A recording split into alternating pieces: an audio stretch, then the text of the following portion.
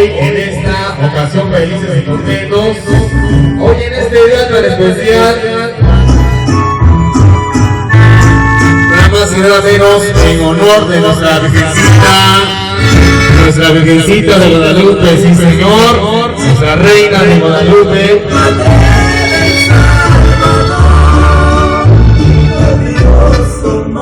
Estamos iniciando labores, estamos iniciando ya labores ya en este sitio, en este lugar.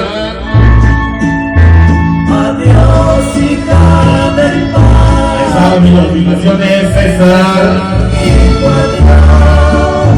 Del Espíritu Santo, oh casta esposa de Dios. Adiós, oh Madre Virgen, más pura que la luz. Jamás me olvides delante de Jesús. Para siempre en tu dulce regazo maternal, viva el alma estaciada. Y eso le parado. En honor a nuestra madrecita, nuestra Reina de Guadalupe, sí señor. Adiós del cielo encanto, del universo no, abraza el alma mía en tu gloria y amor.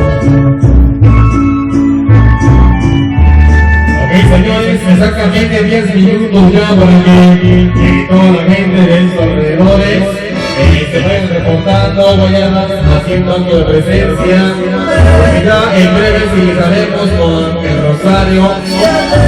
Señor, soy alivio y consuelo del pobre pecador.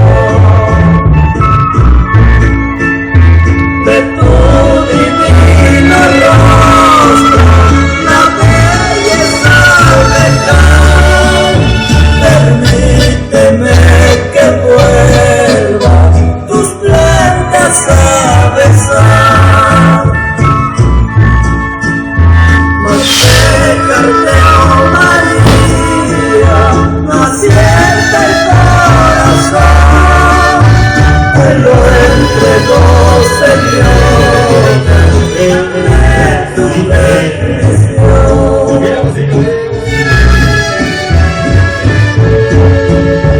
Adiós, mi alma duele, mi esperanza y mi amor. Adiós, hasta la Que